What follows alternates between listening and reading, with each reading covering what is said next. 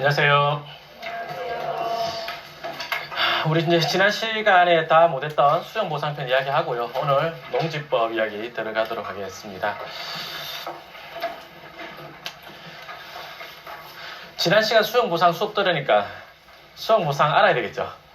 그죠? 근데 요즘에 또 뭐 수정보상 이야기 하다 보니까 또 몇 분 회원님들은 이제 이게 주택 경기가 나빠도 꾸준히 수익 낼 수 있는 건 수영보상이다 이러면서 또 수영보상 엄청 파시더라고요. 아이, 너무 그러지 마세요. 제가 먹고 살 게 없잖아요. 너무 한쪽만 파지 마시고 이제 다양하게 기술을 갖고 있다 보면 이제 그 마지막에 했던 그 브레인시티 옆에 공장처럼 이것저것 다 알아야 할 수 있는 것들 이런 것들 나오거든요. 근데 그럴 때 꼭 수영보상이 빠지면 이제 그런 물건들이 안 좋아 보인다고요. 그죠? 여러분 다 아시겠지만 그거 신권에 낙찰받겠다고 안 좋게 평하는 사람이 있었지 않습니까? 그죠? 수영보상 모르면 그래요. 그 지역에 그 물건 아주 잘 알고 있는 중개인도 신권에 낙찰받았다. 되게 실수했다 이런 이야기 많이 했거든요. 이게 썩어라. 우리나라 웃고 있었지. 자, 이제 오늘은 이제 국회법 48조 이야기를 하겠습니다. 원래 48조를 할 거면 47조를 하고 넘어가야 되는데 47조는 그냥 제가 생각했습니다. 왜냐하면 제가 국회법 47조는 어떤 내용이냐면 지목이 대인 땅이고 도로로 지정한 지 10년 됐다. 그런 거 지자체에다 매수 청구할 수 있는 뭐 이런 것들이거든요. 근데 그 사례가 그렇게 많지 않아 가지고 그냥 제가 과감하게 뺐어요. 제가 그 투자한 사례는 있는데 그냥 뺐고 48조는 좀 많아요. 그래서 좀 48조를 좀 위주로 이야기하겠습니다. 자, 국회법 48조 간단하게 한번 읽어볼까요? 이거 국회 도시계획시설로 지정되고 나서 고시일로부터 20년이 되는 날, 그 다음 날에 해제하여라 이런 말이죠. 그죠? 근데 이제 이런 게 있을 수 있잖아요. 그러면 지정한 지가 벌써 20년 넘은 것도 어쩝니까? 그거는 요 법이 만들어진 게 맨 처음 만드는 게 2003년인가 그러거든요. 근데 이제 그때 2020년까지는 2000년 7월 1일 이전에 고시된 것은 2020년 7월 1일까지 가서 그때 가서 해제해라. 이런 말이었고 공원은 2015년 10월 1일 날 미리 해제해라. 이렇게 했었습니다. 밑에 뭐라 써놨어요? 도시자연공원 구약! 은 실효 없습니다. 해제되는 거 없습니다. 자, 제가 블로그에 썼던 글을 한번 읽어볼까요? 지자체 블로그를 들어가서 하겠습니다.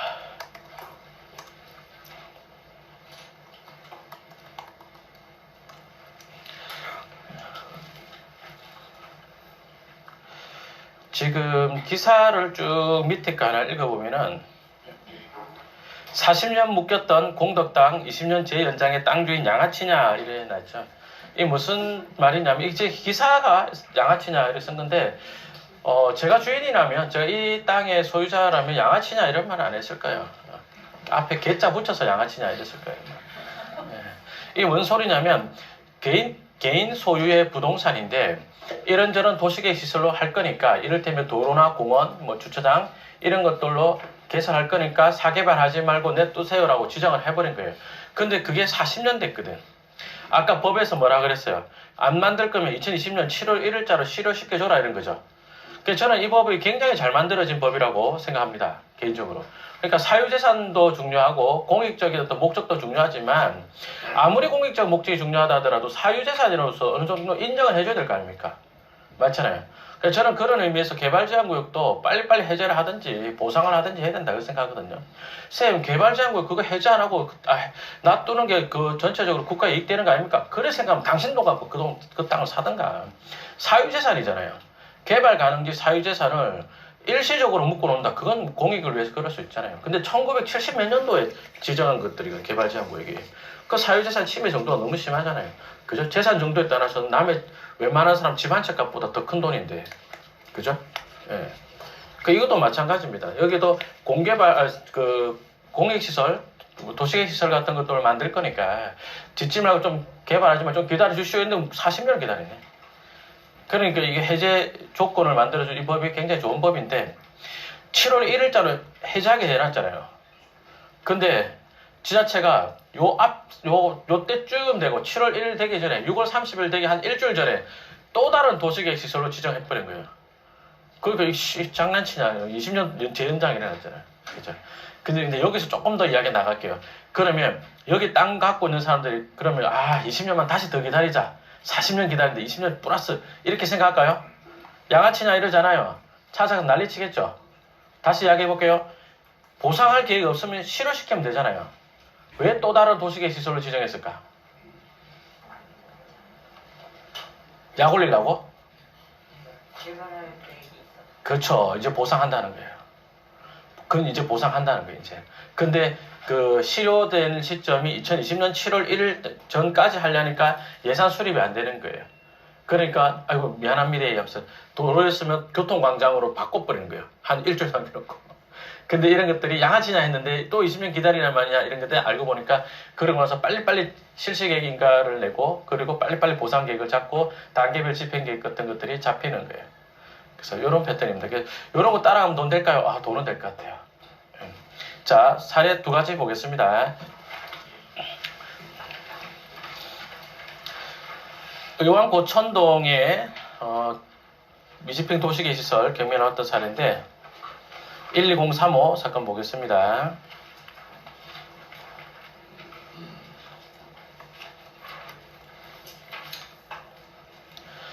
지목이 뭐예요? 토지만 경매 나왔죠. 건물은 매각 제외라고 그랬고 지목이 전이죠. 그죠? 지목이 전부 다 전인데 위에 건물 상단 봐봐요. 이게 뭐야 이거? JDX를 엄청 큰 옷가게가 있고 카센터가 있고 그래요. 어이? 이건 뭐죠? 이건 뭘까요? 뭔데 이런 건물 지었을까요? 지목은 전인데 위에 건축물들이 엄청 견고한 게 많죠? 그죠? 이건 뭘까요? 토지용 계획 확인서 보면 요렇게인데 경매 나올 당시로서는 대로 인류에 저촉되어 있었습니다. 그러니까 경매 나온 땅은 요렇게. 그리고 도로 예정이 요렇게입니다. 다시 하게 볼게요. 지금 여기는 수도용지 지목 도로인 땅이 있잖아요. 파란색으로 빗금친 요만큼이 기존의 도로가 있었고 지자체에서 도로를 요만큼 더 확장하겠다라고 하면서 추가로 도로구역으로 도시계획 도로로 지정을 한 겁니다. 이해하시겠어요? 예. 그런데 그 자리에 딱 그 위치에다가 JDX 옷가게가 떨어져 있네?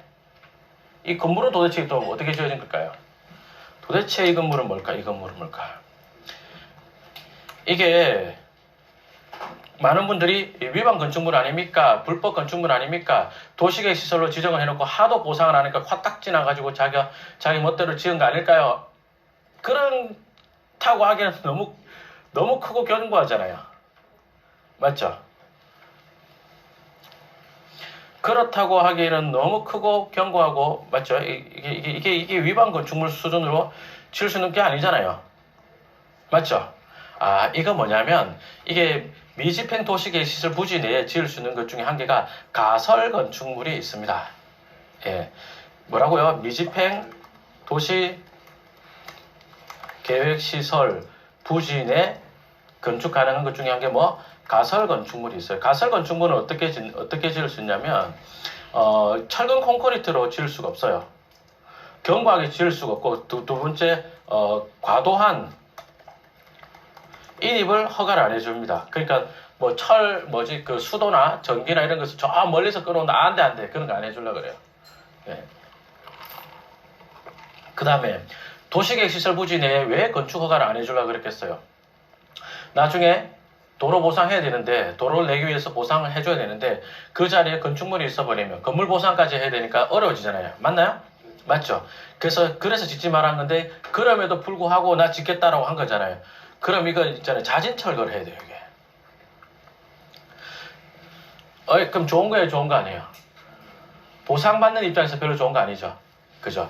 보상받는 입장에서 별로 좋은 거 아닌데 이게 또 뭐가 있냐면 그 3년마다 3년 주기로 토지 소유자의 그 사용 승낙을 받아요. 사용 승낙서를 받아서 제출해줘야 됩니다. 가설 건축물에 이제 경관 건축물로 보는 그런 게 아니죠. 그 다음에 요거는 뭐냐면 지목 변경도 없어요. 이게. 그래서 아까 지목이 뭐던가요? 전. 예. 그래서 지목 변경이 안 된 채 이렇게 나온 거거든요. 그러니까 이게 위반 건축물이네. 낙찰받고 나서 위에 건축물 소유자하고 철거 소송해가지고 받아내면 되겠네. 아, 그거는 민사적인 소송, 그런 민사적인 소송은 이제 법정지상권 문제죠. 이건 그게 아니에요. 이건 그게 아니고 가설 건축물에 대한 토지 사용 승낙에 대한 부분이기 때문에 낙찰받은 다음에 사용 승낙 우리가 해주겠어요? 안 해줄 거 아니에요. 그때 당시 이 물건 이제 조사했을 때, 제 물건 추천했을 때 그때 이제 했던 그 말씀을 좀 드릴게요. 이제 이거를 토지를 소유권을 낙찰받아서 가지게 되면 위에 건축물 주인은 가설 건축물이니까 쓸 수 있습니까? 쓸 수 있지만 3년마다 토지 사용 승낙을 받아야 되잖아요. 못 받으면요. 이게 이제 위반 건축물이 됩니다. 철거가 아니고. 위반 건축물 되면 뭐가 나와요? 이행강제금 나오죠. 이행강제금 구하는 공식은 제가 수업도 안 할 겁니다. 왜냐하면 저도 잘 몰라요. 저도 필요하면 맨날 찾아봅니다. 그 써봐야 어차피 못 해보니까 빼자고요. 그래서 이 정도만, 왜냐면 토지 가격, 그 다음에 건축물 면적, 그 다음에 건축물의 사용 용도가 아니라 구조 뭐 등등등 따라서 이제 계산식이 달라지는데 이 정도만 1억 나오겠다 이러면서 이 정도면 한 1억 나오겠네, 6개월에 1억은 나오겠네 이러면서, 그러면서 야 이거 이행강제이 어마어마하네. 이래 되면은 건물주인이 건물 팔까요? 나한테? 안 팔면 어떻게 하겠어요? 땅을 산다. 땅 살 돈 있으면 경매 안 넘어갔지 뭐. 그죠?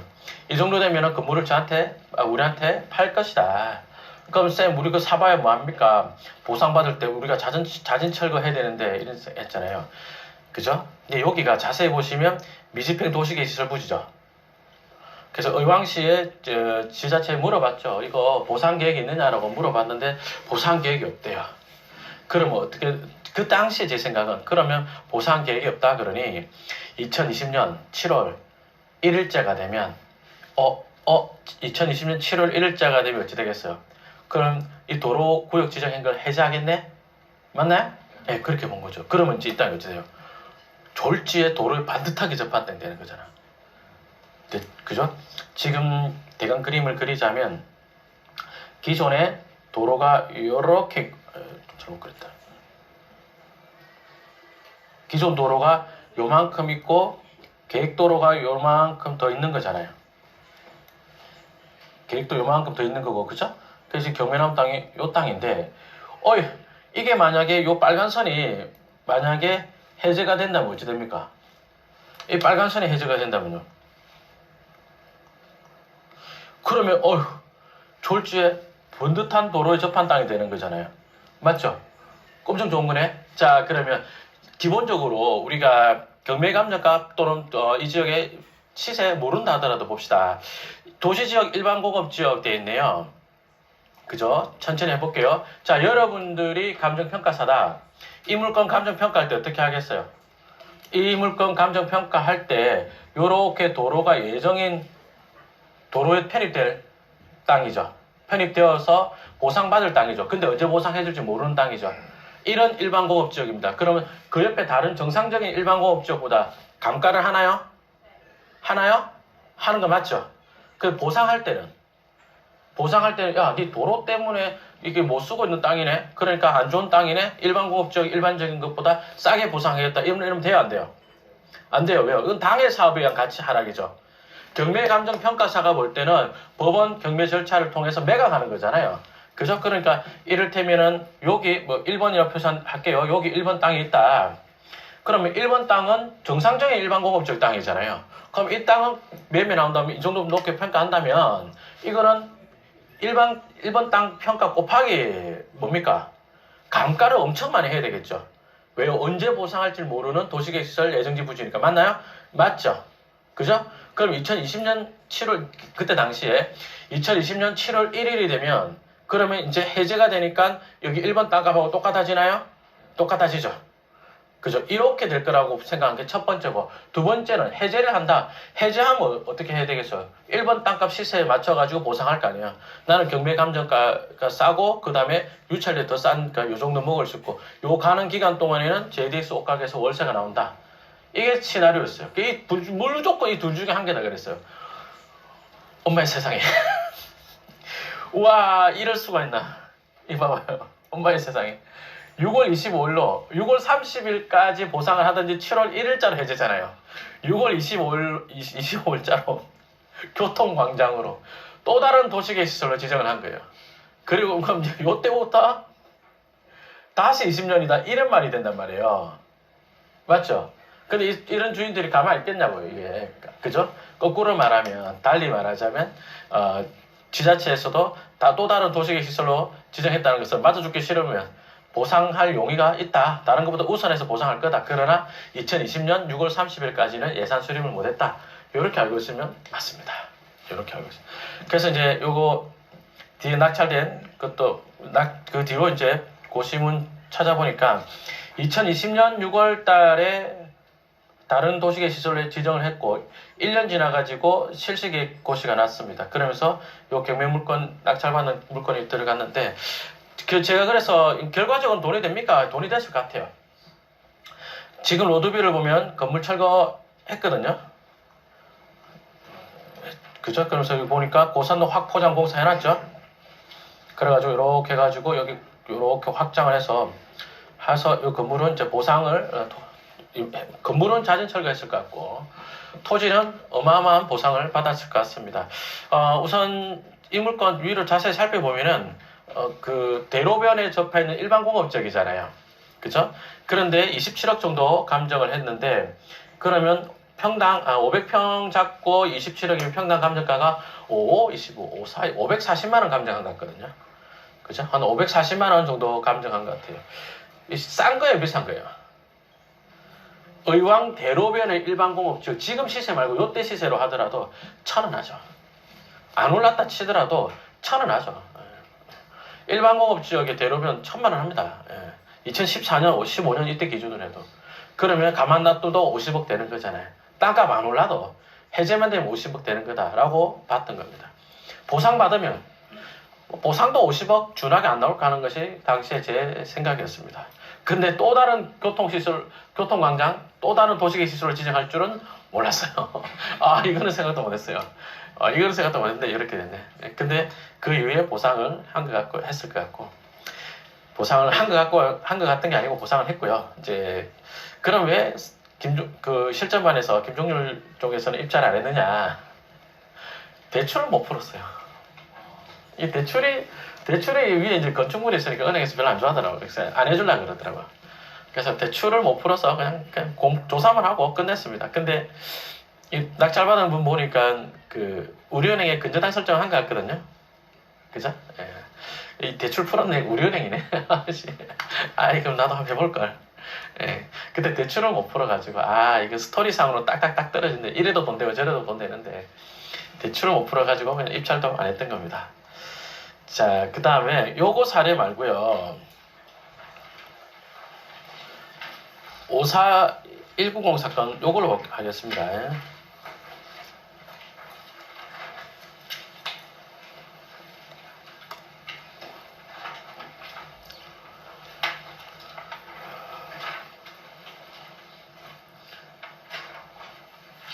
제가 국회법 48조 투자가 괜찮다라고 하는 이유 중에 한 개가 뭐냐면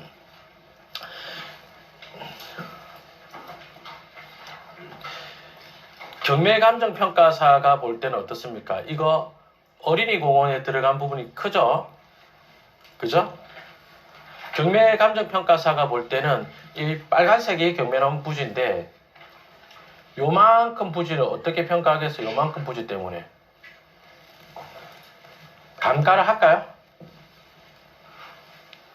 여기 보시면 어린이 공원 저쪽 부분 되어 있잖아요. 요만큼을 어린이 공원으로 도시계 시설 공원으로 조성 계획이 있는 거예요. 근데 빗금 친 부분은 뭐예요? 그러면 요만큼이 이용 제한을 받는 땅이죠. 그죠? 지금 이 땅 토지이용 계획 확인서를 보면 일종 일반 주거 지역에 지구 단위 계획 들어가 있거든요. 지구 단위 계획 생략하고 이야기하겠습니다. 그러니까 이만큼 전체가 일반 주거 지역인 땅하고 반 정도가 도시계획 시설 예정 부지. 그런데 언제 보상할지 기약이 없는 부지. 인 땅하고는 같은 금액에 평가하겠어요? 당연히 절반 정도가 아니니까 얘는 그만큼 감가를 할까요? 감가를 할 거 아니에요. 그죠? 그러니까 다시 이 동네 초이동의 일종 일반 주거 지역이 이 물건 때문에 답사 갔을 때 매매 나와 있는 것들은 900만 원 정도 했어요. 매매가가 9억이다. 매물 나와 있는 게 9억이다. 한번 시세한 800에다 쳐봅시다. 800이다. 근데 이거는 그럼 감정평가사가 800에 감정할 수 있어요?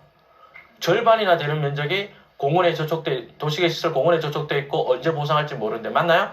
맞죠? 그럼 800 평가하겠어요? 아니죠? 한 600 정도 평가할까요? 예, 그럴 것 같습니다.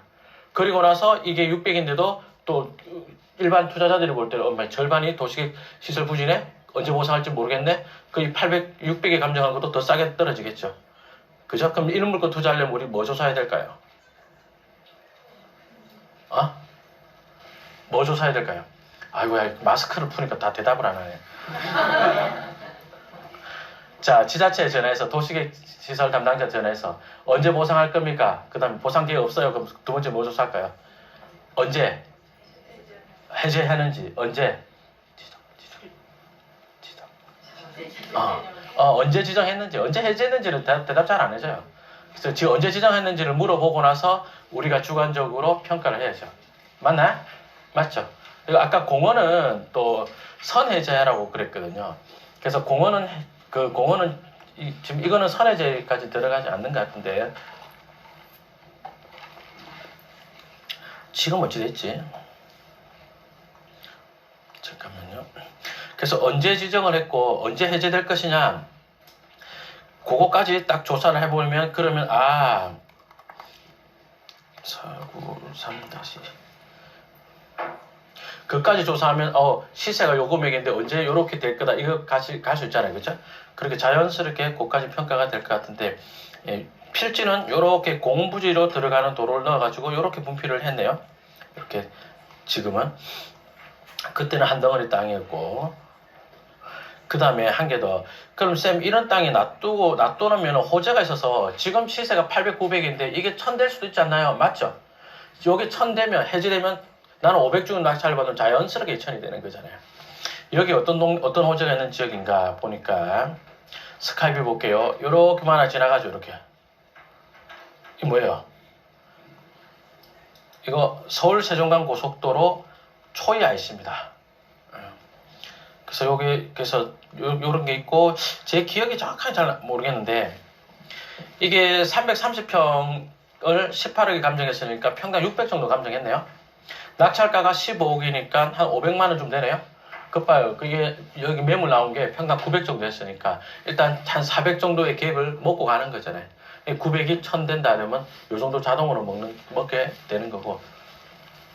그죠? 이런 것들이 무위험 투자하기 참 좋은 겁니다. 제 기억이 정확하지 않아서 그러는데요. 이거 조사는 했었는데 제가 메모를 안 해놔가지고 이게 지정을 2006년도인가 했던 것 같은데 예, 그래서 2006년도? 그럼 2026년인가요? 예, 그까지 봐야 될 것 같습니다.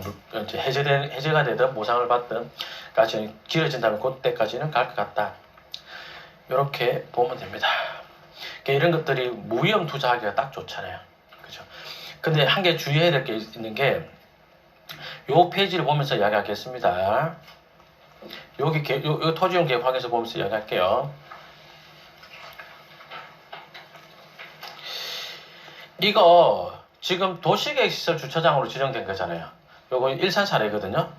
고양시 사례인데, 자, 여기 스토리가 어떻게 온 거냐면, 저 때는 자연녹지 지역이었어요. 자연녹지 지역에 집단 취락지구였습니다.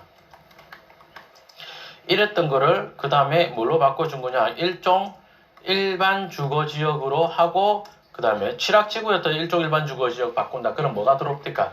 지구단위 계획 같이 들어오죠. 그죠? 맞나요? 지구단위 계획 들어오면서 동시에 요때 도시계획시설 주차장으로 지정을 한 겁니다. 이해되시나요? 그러면 이제 지자체에 물어보면 지자체에서 이렇게 말할 수는 있어요. 담당자가 지정 때 도시계획시설 주차장으로 지정할 그때는 용도지역이 자연녹지 지역의 집단 취락지구였잖아요. 그죠? 그러면 주차장은 2026년 되면 20년 되니까 해제될 수 있습니다. 오케이. 그렇게 이야기한다면 뭐라고 하느냐. 그런데 지정대 용도 지역이 자연녹지 지역이 있기 때문에 해제되고 나면 자연녹지 지역으로 되돌아갈 수도 있습니다. OX.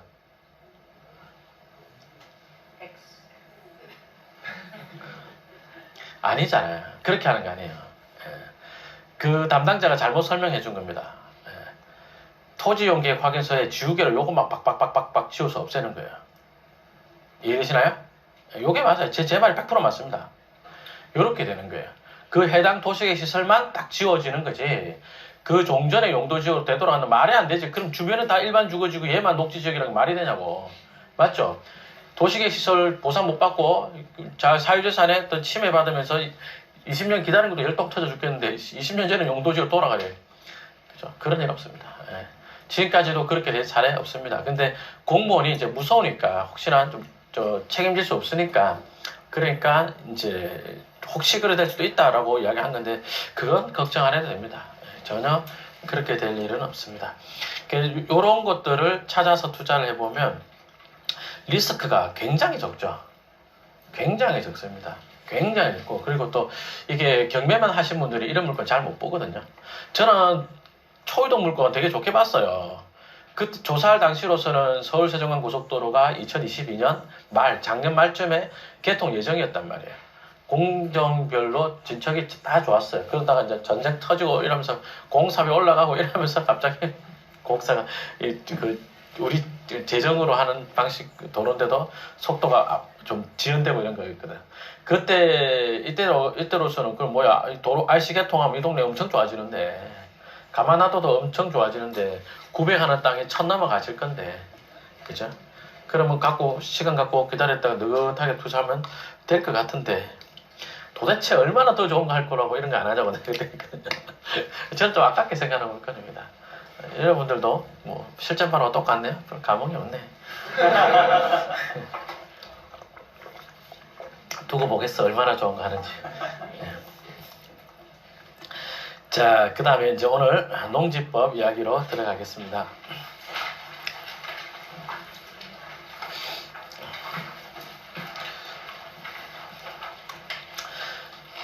우리가 공부하는 게 대체로 뭐죠? 국계법이죠. 우리 지금 수업 때 제일 이야기 많이 하는 건 뭡니까? 용도지역이잖아요. 이 땅에서 어떤 건물 지을 수 있고요. 그걸 어디서 결정합니까? 용도지역이죠. 어떤 건물 지을 수 있고 어떤 크기의 건물 지을 수 있고 용도지역에서 결정되는 건데 자 그런데 걔가 모든 땅은 국계법 따라갑니까? 예, 국계법도 따라가고요. 근데 또 농지법을 따르는 물건일 수도 있나요? 그럴 수도 있죠. 산지관리법을 따라갈 수도 있나요? 산지관리법 따라가는 수도 있습니다. 맞죠? 그러면 법체계가 어찌 되어 있겠어요? 이 땅이 농지인데 농지법상의 농지고 농지법상의 농지다. 그리고 뭐 국계법상의 뭐 생산녹지다 이러면요. 생산녹지 행위제한도 맞춰줘야 되고 농지법 행위제한도 맞춰줘야 되나요? 맞나요? 예, 일반적으로 그렇죠. 대체로 그렇거든요. 근데 이제 법 체계가 다 그렇습니다. 그래서 요 법도 충족시켜주는 거, 요 법도 충족시켜주는 거를 할 수 있는 거예요. 근데 간혹 가다가 이런 게 있거든. 예를 들어서 산지관리법이다. 예외라서 좀 몰라도 되는데 산지관리법에 들어가서 보면 이제 산지관리법 중에서 공익용 산지 이런 거 들어가면은 보전 녹지 지역이면서 공익용 산지 중에서 보전 녹지 지역이다. 이럴 때는 국계법에 용도지역 행위제한을 따른다 이래 놨어요. 그럼 다시 보전 녹지 지역으로 들어가면 행위할 수 있는 게 뭐 있습니까? 라고 보면 단독주택 이런 게 있어요. 그래서 공익용 산지에 보전 녹지 지역이다. 단독주택 짓는 게 있어요. 근데 이걸 사람들이 헷갈려가지고 공익용 산지인데 단독주택 허가난다. 전원주택 허가난다 이러네. 그건 아니에요. 대부분의 공익용 산지는 자연 녹지 지역이에요. 그래서 뭐 할 수 있어요?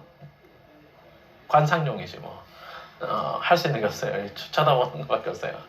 예. 그 다음에 농지법에도 농업진흥구역 중에서 농림지역이다 이럴 때 뭐 숙박시설 허가난다 뭐 이런 예외 조항이 있거든요. 근데 저는 강의의 포인트를 그렇게 맞춰가진 않을 겁니다. 왜냐하면 그 예외 같은 것들 알아놓으면 와 저런 게 있구나 공부할 때는 되게 짜릿짜릿하거든요. 써먹을 일 없어요. 여기 오신 분들 중에서 산지 전용허가 받아가지고 전원주택 단지 만들 사람 내가 봐서는 아무도 없어. 그거 할 분이 지금 여기서 내 수업 듣고 있다. 그건 학원 잘못 찾아온 거예요. 수업료 환불은 안 되겠지만. 그래서 학원 잘못 찾아온 거예요. 예, 저도 산지 물론 임야 개발 안 해본 건 아니지만 자신 있게 이야기할 정도로 경험치도 많지도 않고 산다운 산을 가지고 개발해봤다. 나 그런 적 없어요. 준보전 산지고 지목이 임야인 땅이고 뭐 그런 것들이지. 그죠? 농지도 예외적인 거 들어가면 한도 끝도 없는데 저는 농업진흥구역이 어떤 패턴이 해제됩니다. 그런 이야기 할 거고 그 맨 마지막에 그 이야기 하기 위해서 농지법의 일반적인 것들 이야기를 하고 그럴 겁니다. 자, 이제 수업 들어갈게요. 이거 말고요. 요 뒤에 농지법부터 바로 들어가기로 하겠습니다. 지금부터 1시간가량 무진장 지겹습니다. 엄청 재미가 없어요. 죽자고 재미가 없을 겁니다. 정 피곤하시면 한숨 주무셔도 됩니다. 뭐 요거야 모르면 또 뭐 유튜브 찾아봐도 해주는 데 많으니까. 자, 농지란 아니요. 농지법상의 농지란 이 뜻입니다. 농지법상의 농지란 지목을 불문하고 전답과 말고도 실제로 경작에 이용되는 토지다. 아, 오케이. 이러면 농지법상의 농지로 보겠다라고 합니다. 근데 실무에서는 별로 그렇게 하는 경우가 없어요. 예를 들어서 뭐 지목이 목장용지인데 농사짓고 있다. 근데 아예 완전하게 농지다 이런 경우는 아니면 목장용지 적용을 하지 그 농지법 적용 잘 안 하려고 해줍니다.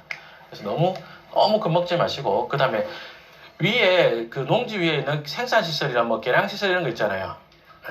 뭐 축산이 이런 거 그런 것들도 농지법 들어갑니까? 예. 비닐하우스 들어갑니까? 버섯 재배사 들어갑니까? 예. 다 농지법 범주에 들어가는 시설물입니다.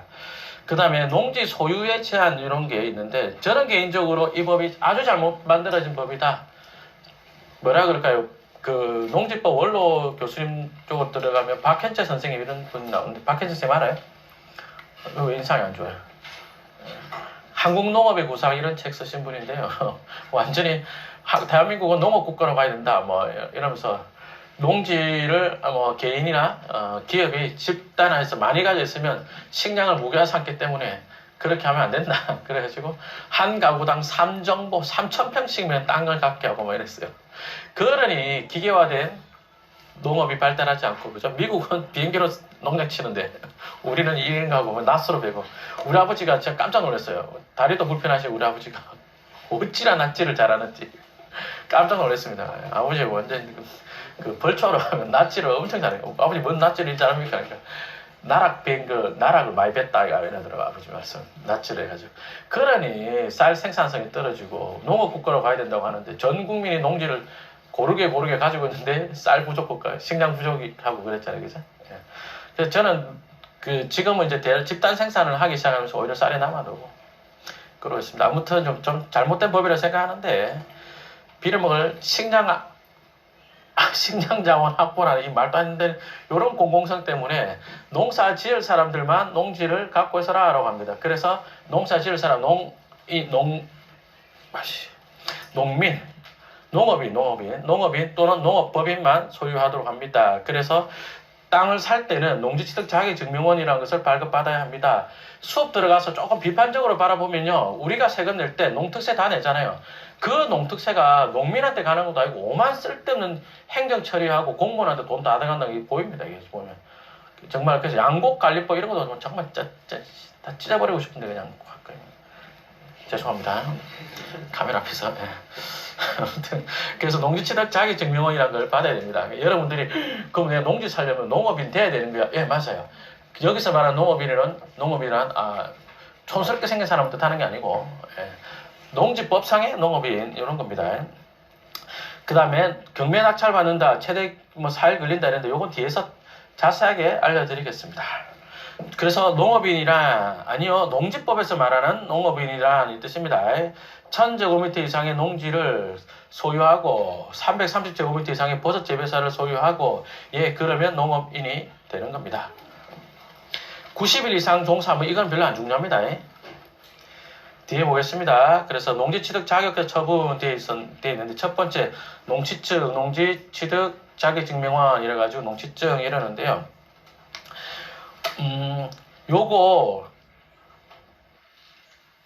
농취증이 아까 보니까 농업인이 1000제곱미터 이상이었잖아요. 그죠? 예, 이때는 영농계획서라는 것을 해야 되고, 그럼 1000제곱미터 미만이면 주말 영농도 가능합니까? 예, 가능합니다. 그럼 1000제곱미터 미만이면 주말 영농도 되니까 그때는 취미 영농이니까 농업인이 아니네요. 예, 맞습니다. 그때는 농업인이 아닌 거예요. 그러면 쌤, 자 여기서 형님들 질문. 그럼 1000제곱미터 미만의 농지 취득하기가 쉬울까요? 1000제곱미터 이상의 농지 취득하기가 쉬울까요? 이게 진짜 별 차이가 없어요. 별 차이가 없다니까. 왜요? 1000제곱미터 이상이면 농지법상의 농업인이 되는 거면서 영농계획서라는 어마어마한 계획서를 써서 통과시켜야 된다는 거잖아요. 그잖아요. 그럼 이게 더 어려워야 되는 거 아닙니까? 자, 봐봐요. 영농, 그 다음 뭐라고 써놨어요? 영농, 계획서. 이게 미래를 본다는 거예요? 과거를 본다는 거예요? 미래. 그거 뻥치기 얼마나 좋아, 이게. 맞잖아요. 서울에 사는 김종률이가 충남 당진에 농지를 사러 갔습니다. 그래서 당진시 송화읍에 농업정책과 가가지고 영농계획서 제출하러 왔습니다. 발급받으러 제출하고 농지증 받으러 왔습니다. 그 영농계획서 하나 주세요. 그럼 종이 줄 거 아니에요. 그죠? 그럼 막 써. 내가 막 써. 그럼 공무원이 딱 봐도 이 투입꾼 새끼처럼 생겼잖아. 얼굴도 하얘물그래가지고 딱 봐도 투입꾼이 이 농업인이 아니네. 아저씨한테는 농지증 발급해 줄 수가 없어요. 그럴 수 있잖아요. 그럼 제가 뭐라 하겠어요?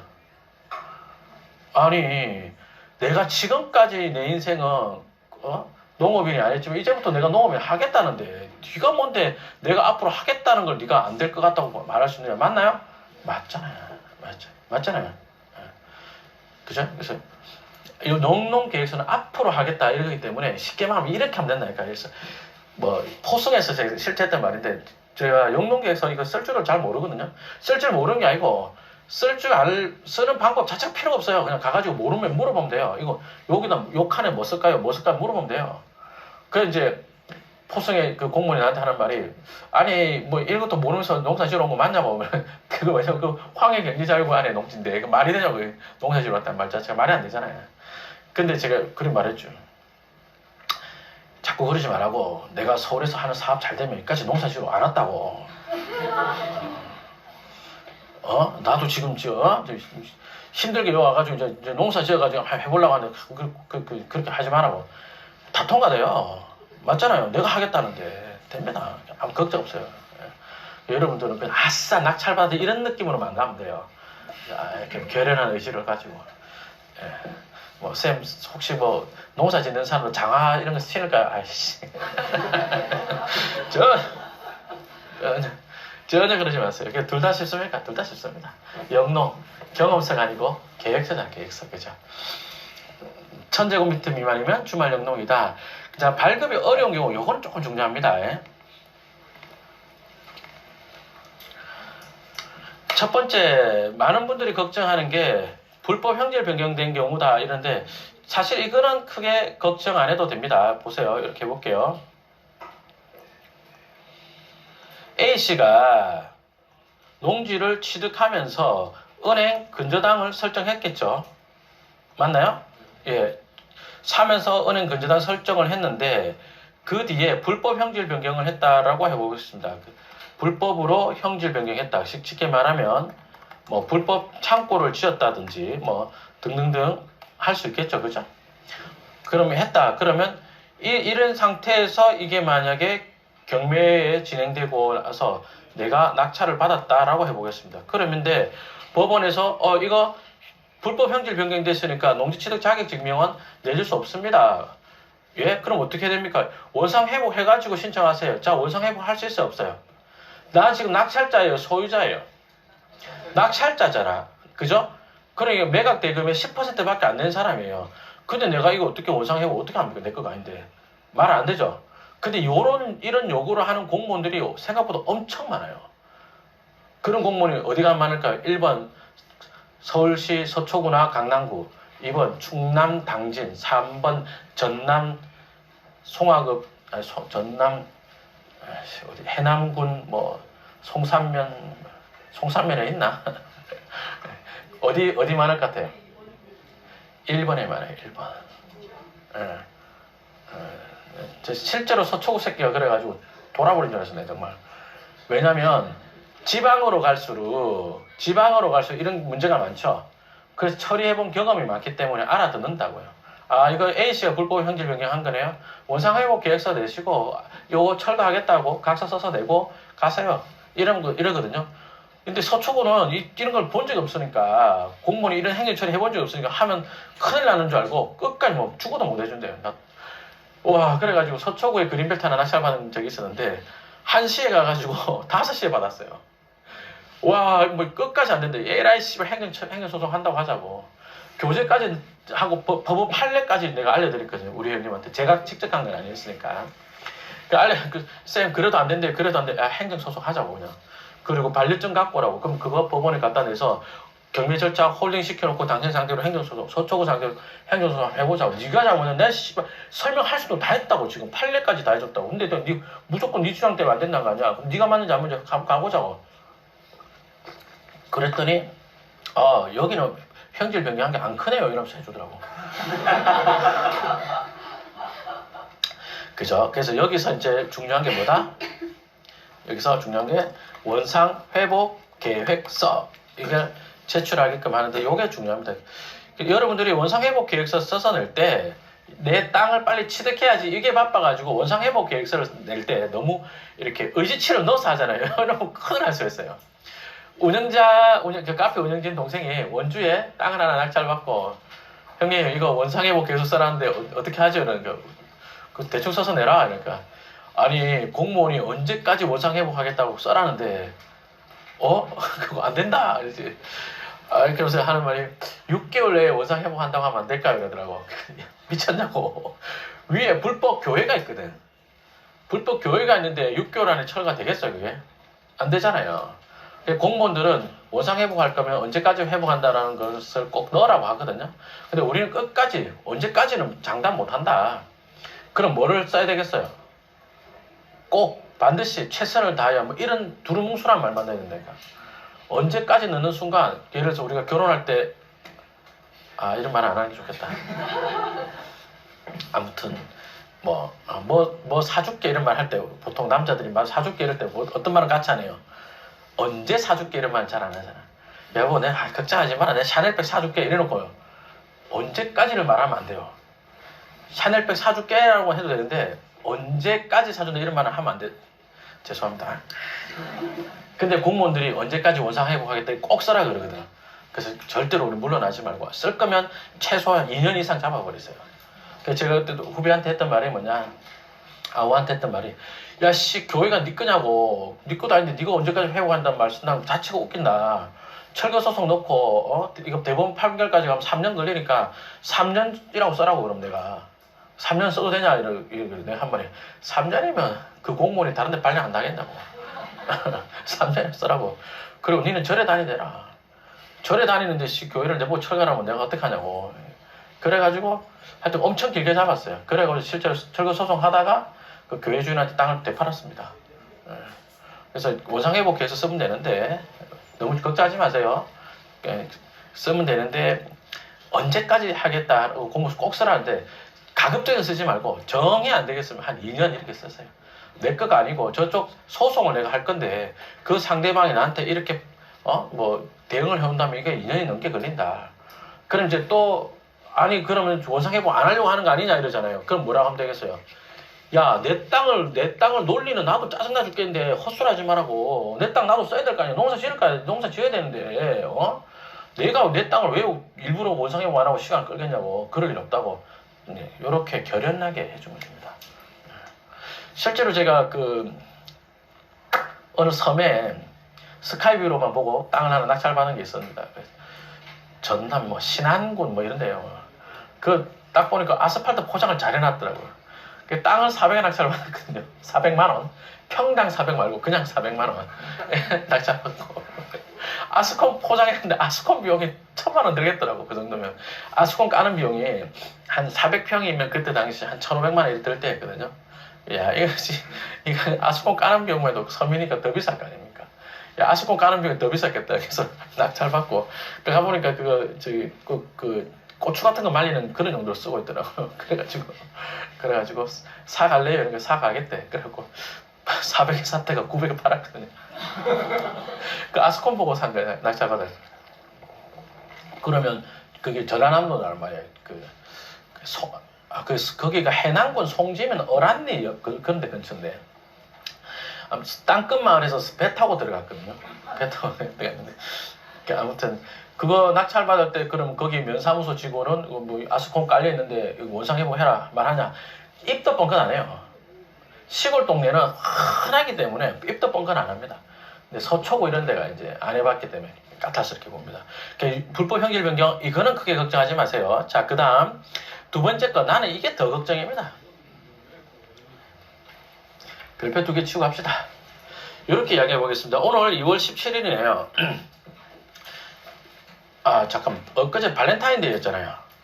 그죠? 발렌타인데이가 남자가 선물을 받는 날이죠. 다시 하겠습니다. 3월 14일이라고 해보겠습니다. 3월 14일이다. 화이트데이다. 그럼 여친이 예를 들어서 오빠 나 가방 한 개 사줘야지 화이트데이인데 이럴 수 있잖아요. 그죠? 발렌타인데이에는 페라로 로스 해줘놓고 3월 14일에 오빠 화이트데이인데 가방 하나 사줘 이러는데 그럼 남자가 뭐라고 할지 가방 사주려고 딱 봤더니 뭐야 작년 크리스마스 때 사준 가방도 안 쓰고 있네? 그럼 뭐라고 하겠어요? 야, 니 작년 몇 달 전에 사준 크리스마스 때 사준 가방도 안 쓰고 있는데 왜 가방을 또 사달라 그래? 이렇게 말한 게 맞죠?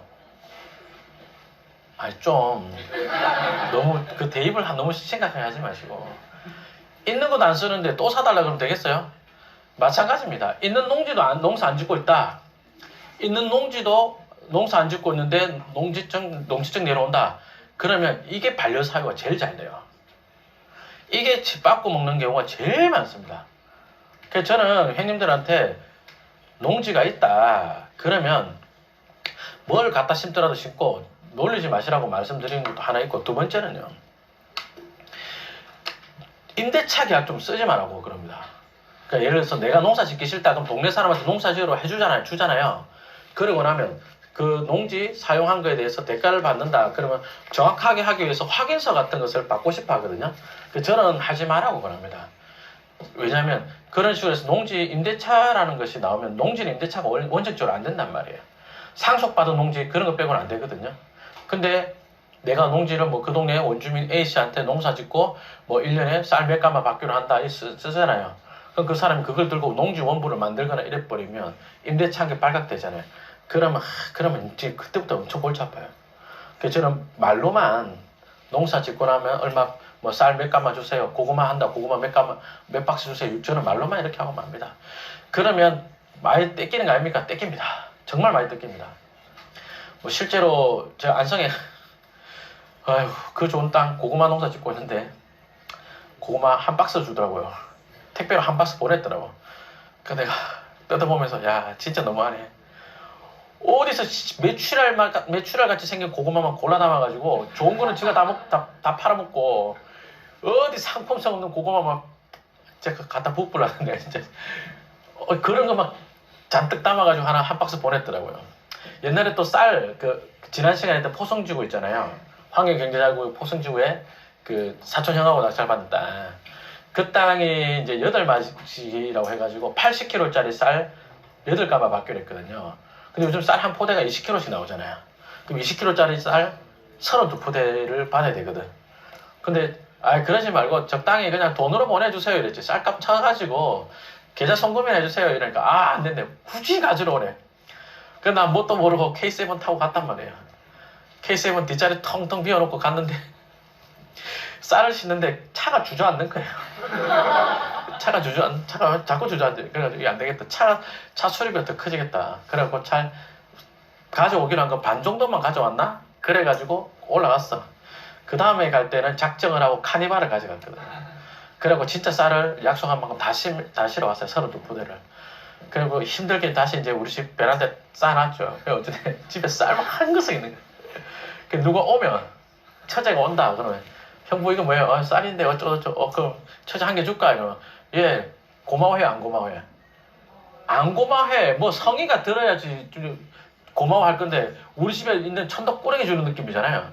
처제 하나 줄까? 형부 알았어요. 가져갈게요. 이래. 그럼 형 처제 가져갈 수 있어요? 없어요? 못 가져가. 그럼 어떻게 내가 들고 지하 주차장까지 가서 차에 실어주고 이래야 돼요. 그럼 내가 노가다 하고 처제는 받아도 별로 좋아하지도 않고. 그냥 다 갖고 오지 마세요. 뜯긴다 생각하고 계약서 쓰지 마세요. 진짜로.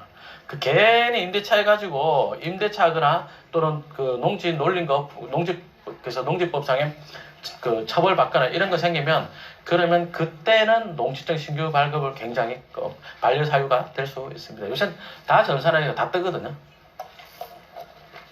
그 다음에 농지의 처분과 명령, 농지를 경작활동에 쓰지 않을 경우인데 여기 법이 바뀌었습니다. 1년 이내 아닙니다. 이제는 즉시입니다. 즉시. 이 뒷장 보면서 이야기를 해보겠습니다. 빨간색으로 써놨습니다. 농지 처분에 의무기간 없이 즉시 처분 명령하겠다라고 하면서 처분 명령합니다. 이렇게 돼 있죠. 그리고 그 다음 밑줄에 이행강제금이 얼마입니까? 라고 했더니 공시지가와 감정평가 금액 중 높은 가액의 25%를 때리겠습니다. 라고 했습니다. 여러분, 이 법이 왜 만들어진 줄 아세요?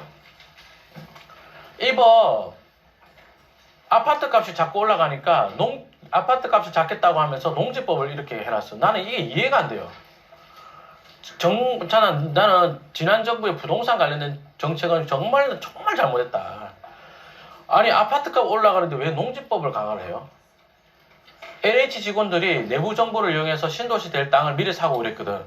그 왜 농지법을 강화를 하냐고. 이게 말이 맞냐고. 잘 봐봐요. 내 땅에 김종률이가 농지를 갖고 있는데 그 농지에 농사를 안 짓는데, 그랬더니 농사 안 지어 이 새끼야. 그러면 너 땅값의 25%를 이행강제금으로 물리겠다. 내 땅에 농사 안 짓는 게 그렇게 죽일 죄냐고. 맞잖아요. 감정평가에서 4분의 1을 이행강제금으로 때리겠다. 이건 아주 잘못된 법입니다. 이건 아주 잘못된 법입니다. 자, 그래서 어떻게 해야 되겠어요? 피해가야 될 거 아니에요. 그죠? 제가 살살 설명을 드려보겠습니다. 교재에는 제가 쓸래야 쓸 수 없는 거라서, 예. 그래서 요대로 한번 해보시고 혹시 걸리거든 김종률이가 이렇게 했다고는 하지 마시고, 예. 자, 지금이 이제 2023년 2월인가요? 23년 2월에 제가 농지를 취득했다라고 해보겠습니다. 농사 지을 거야, 안 지을 거야? 안 짓겠죠? 예? 그죠? 그럼 지금 농사 안 짓는다. 적발 될까요? 안 될까요? 안 되죠. 왜요? 적발은 농작물이 이제 좀 싹 자라면 그 이상 돼야지 적발될 거 아닙니까? 그죠? 한 5, 6월 달쯤 되면 이때 적발되나요? 예, 그럴 것 같습니다. 5, 6월 달 빨라도. 예, 5, 6월에도 적발 안 될 것 같은데. 7월 넘어야 될 것 같은데. 요쯤에 적발된다. 그러면 어떻게 하면 되겠어요? 근데 농지 사자마자 걸렸네. 이런 경우 없어요. 이렇게 이렇게 오지게 재수 없는 경우 없는데, 걸렸다 친다. 그러면 법상으로는 처분의 명령을 바로 때리고 이행강제금 때린다 그러잖아요. 근데 여러분이 공무원이다. 법대로 그렇게, 할 수 있겠어요? 남의 땅에다가 감정평가해가지고 25% 이행강제금 때린다 할 수 있겠어요? 이게 청문을 하거든. 청문을 한단 말이에요. 그러면 이제 내가 땅 산 지 얼마 안 됐는데 어영부영 하다 보니까 그 씨 뿌릴 시기를 놓쳤다. 맞죠? 이런 농사 지으려 했는데 씨 뿌릴 시기를 놓쳤다든지, 아니 뭐야. 내 땅을 놀리는 내 마음도 찢어진다고. 내가 지금 이 준비하고 저저 하고 있는데 막 타이밍을 놓쳐서 못했다. 그래서 내 마음도 찢어진다. 나도 내년에 꼭 지을 거다 하고, 또 혹시나 병원 간다 이러면 진단서 같은 거 있으면 이런 거 엄청 좋습니다. 몸이 아파갖고 농사 못 짓는다 이러면 넘어가줘요. 그래서 이거 공무원들도 이렇게 한 사례는 없습니다. 그럼 또 넘어가요. 농사 지을 거야, 안 지을 거야? 또 안 지을 거네요. 맞죠? 그죠? 그럼 요때는 적발 2가 되겠네? 예. 요때 가서 또, 죄송합니다. 이제 말 그만하겠습니다. 2024년 하고, 그리고 한 2025년 요 정도 와지거든요. 그래서 한두 번 걸려도 한 3년 정도는 어지간하면 와져요. 이거는 가설을 정말 대한민국에서 한 0.1% 안에 들 정도의 재수 없는 사람이거든요. 그래도 끌게 하면 3년은 어지간하면 3년 가져요. 그러면요. 그때 팔면 되지 뭐. 3년 안에 팔릴 땅을 사버리면 큰 문제 없습니다. 그래서 농지법이 저리 강화되어 있다 하더라도요. 뭐 실태 조사를 정례화한다 하더라도 굳이 그 어지간한 사람이 동네 사람이 뭐라도 심어놓으면 되는 거라서 너무 그렇게 걱정할 필요는 없습니다. 괜히 그러니까 우리가 낸 세금 가지고 이런 거 실태 조사한다고 세금 다 나가는 거니까. 농업인한테 가는 돈은 실제로 가는 돈은 30%도 안 될 거야 아마.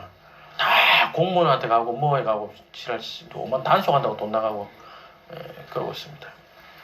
그래서 법은 이렇게 만들어졌는데 여러분들도 너무 걱정하시는데요. 아니요. 특히 일반 매매로 농지 취득하신다 이러면요. 거의 다 그 지역 공인중개사가 농지 취득 자격증명원이 문제 없게끔 만들어 놓고 매매를 하고요. 그 다음에 그 농사 지을 사람을 섭외를 해줍니다. 경매로 낙찰 받으면 그 동네 사람 내가 가서 섭외해야죠. 뭐라도 심어 놓으면 됩니다. 그래서 저도 그 경기도 구리에 개발제한구역 제 건 아니고 수강생 거 있는데 얼마 전에 산 땅이 있는데 꼬시래기가 뭐예요? 나는 그게 무슨 생선 이름인 줄 알았어요.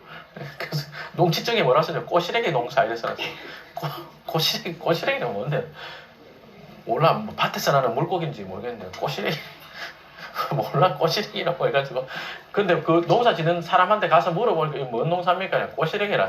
그 꼬시래기를 썼어요. 꼬시래기 농사 이래가지고 문제없이 지금 잘 넘어오고 있습니다. 너무 걱정하지 마세요. 너무 걱정하지 마십시오. 자, 여기 있는 거 행위 전에 어떻게 되는지 간략하게 한번 보자면 주말 용농이다. 볼게요. 주말 용농일 때는 농업진흥구역은 안 됩니다라고 해놨습니다. 농업진흥구역 이따 설명드리겠습니다.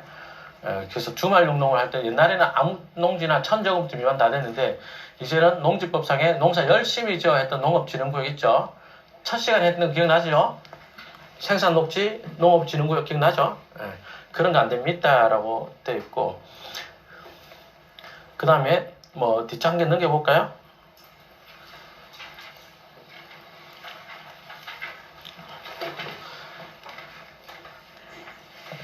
그 다음에 지금은 농지증 낼 때 직업, 영농경력, 영농거리 이런 거 쓰게 하는데 이것 때문에 안 되게 한다 이런 거 없다고. 왜요? 영농, 경험서, 계획서. 그래서 쌤 그럼 내가 직장 다니면서 농지 취득하는 거 됩니까? 됩니다. 그래서 겸업이죠 일종의. 그죠? 그래서 됩니다. 그 다음에 지금 여기 보니까 공유 지분의 비율 각자 취득하는 농지 위치 표시되어 있죠. 이게 또 지랄 같은 경우 하나 생길 수 있는데 자 한번 봅시다. 농지가 이렇게 취득하는 농지가 있다. 이거를 4분의 1씩 각 4분의 1씩 A, B, C, D가 살려고 한다 칩시다. A, B, C, D가 살려고 한다. 그러면 그전에는 이 전체를 뭐 A가 4분의 1 지분이다 이렇게 돼 있었거든요. 근데 지금은 어떻게 하는 거냐면 등기는 뭐 각 4분의 1로 되어 있지만 너희끼리 농사 짓는 구역을 정해라는 거예요. 이렇게. 그러니까 여기는 A, 여기는 B, 여기는 C, 여기는 D. 왜 이렇게 구역을 정리해라고 했을까요? 농사를 안 짓는 자리가 여기 안 짓는다. 그럼 A를 조지겠다 이런 거예요. 아니 근데 내 땅에 농사 안 짓는 게 이렇게 천벌받을 짓입니까? 와, 나 진짜 너무한 거 아니냐고. 그 이게 이래 놓으니까 이제 여기서 한가 헷갈리는 게 생기거든요. 그러면 쌤, 그전에는 이렇게 나누지 않고 그냥 A, B, C, D가 각 4분의 1씩 등기를 한 건데, 그죠? 요렇게 A 건데 내 A 거를 지금 살려고 합니다. 라고 한다면 그럼 나는 이거 구역 지정 어떻게 하셨어요? 종전에 B, C, D는 안 돼 있잖아요. 법 바뀌기 전에 산 사람 거를 법 바뀌기 전 거 산 사람 지분으로 되어 있는 것 중에서 한 명 지분을 내가 산다. 그럼 어디가 내 거라고 할 수 있어요? 못 하잖아요. 근데 이게 공무원들도 교육도 없이 그냥 법을 뚝 만들어 놓은 거 공무원들도 모르는 거야. 그래서 이천시 가가지고 그때 좀 싸웠다기보다는 이야기를 했죠. 아니 종전 소유자 BCD 누군지도 모르고 어디 있는지 모른다. 나 기획부동산에 속아가지고 샀다. 속아가지고 샀는데 지금 파는 것도 열받아 죽겠는데 어디다 대고 어느 부분을 내가 농사를 내가 어떻게 하냐고. 그럼 당신 행정 처리하는 것 때문에 내가 농지 못 팔아야 되냐 막 따졌어요. 말이 맞죠? 그래가지고 지분대 이제 터득한 게 요렇게 설득을 하면 종전에 법 바뀌기 전에 각 4분의 1 되어 있는 것 중에서 내가 4분의 1 산다. 이때는 어디가 내 농사 짓는 자 안 해도 됩니다. 그 다음에 시간이 차서 너무 가네. 그 다음에 농지취득 발급 제한 보면은 1필지입니다. 1편지가 아니고 1필지 지분으로 살려는 사람이 최대 7인 이하여야 됩니다. 그러니까 투기 목적으로 우르르 까가지고 뭐 10분의 1씩 산다. 이거 안 됩니다. 이제 이렇게 하겠다는 거고. 그 다음에 농지 이용 실태 정례화 하겠다고 하면서 1회 이상 지자체에다가 농지 이용 실태 조사를 의무화하겠다라고 합니다. 우리 세금으로, 우리가 낸 세금으로 이 짓을 하겠다는 겁니다. 아, 정말. 그 다음에 요 밑에 농지위원회 설치 보겠습니다. 농지관할 주소지에서 관리하겠다라고 돼 있죠. 요게 조금 우리한테 무서운 거예요. 그러니까 그전에는 김종률이 용인 수지 사는 김종률이가 평택에 농지가 있다. 그러면 수지에서 관리했어요. 관심 있어 없어요? 용인시 공무원이 평택 농지 뭐 관심 있어 없어? 전혀 없단 말이에요. 근데 이제는 농지 관할 주소지에서 하겠다라니까 이제는 좀 이게 좀 깐깐해지게 생겼고 위에 이용 실태 조사가 있잖아요. 그죠? 여기서 깐깐하게 생겼습니다. 자, 근데 아마 여러분들이 토지 수업을 다른 데서 한번 들어본 분이라면 이런 말도 한번 들어본 적 있을 겁니다. 서울에 사는 투기꾼들이 지방에 있는 농지를 취득했다. 그러면 지방에 있는 그 소유자들은 지방에 있는 그 농사 짓는 농업인들은 서울 사람이 땅 사놓고 농지 놀리니까 배 아프다. 그러기 때문에 민원 넣어가지고 못 살게 군다. 그런 말 들어본 적 있나요? 저 그런 말 옛날 공부할 때 옛날 교수님한테 그런 식으로 듣고 공부했거든요. 근데 좀 토지 강사들이 좀 못됐어요. 좀 못됐어. 사람들이 어떤 생각을, 기본적으로 어떤 생각을 갖고 있냐면, 내한테 돈을 내고, 대가를 내고 공부하는 사람들이 이 사람 실력을 올려줘야 되잖아요. 근데 별로 그런 마음이 없어. 그러면 대충 말귀는 알아듣게 강의해주고, 그 다음에요. 공포심을 막 심어주는 거죠. 있지도 않는 가설 만들어가지고, 무슨 외계인 만들어가지고 지구 망한다고 하듯이, 실제로 뭐 동네 사람들이 뭐 찌르고 이래갖고 농지 놀리면 큰일 난다. 뭐 이런 식으로 만들어가지고, 애님들한테 되게 공포심을 많이 주는데 사실 시골 사람들 바빠요. 여러분들이 시골 산다. 옆에 누가 땅 샀는데 농사 안 짓고 있다. 그것 때문에 면사무소 가가지고 찌를 것 같아요? 안 해. 시골 사람 바빠요. 그래서 난 농사 한 번도 안 지어봤거든요. 아이고 카메라 앞인데. 진짜로 난 내 손으로 농사 한 번도 안 지어봤는데 그 아주 자랑스럽게 생각합니다. 예, 안 찔러요. 찌르면 뭐야? 아씨, 내 땅 놀리는 나도 마음 아프다고 그만해라고. 올해 좀 10분을 타이밍을 놓쳐서 그런 거라고 하고 넘어가면 됩니다. 그러고 나서 한 3년 있다 땅 팔면 된다니까. 예, 너무 걱정하지 마십시오. 아시죠? 자, 여기까지 하고 한번 쉬었다가 이 뒷페이지 보고 들도록 하겠습니다.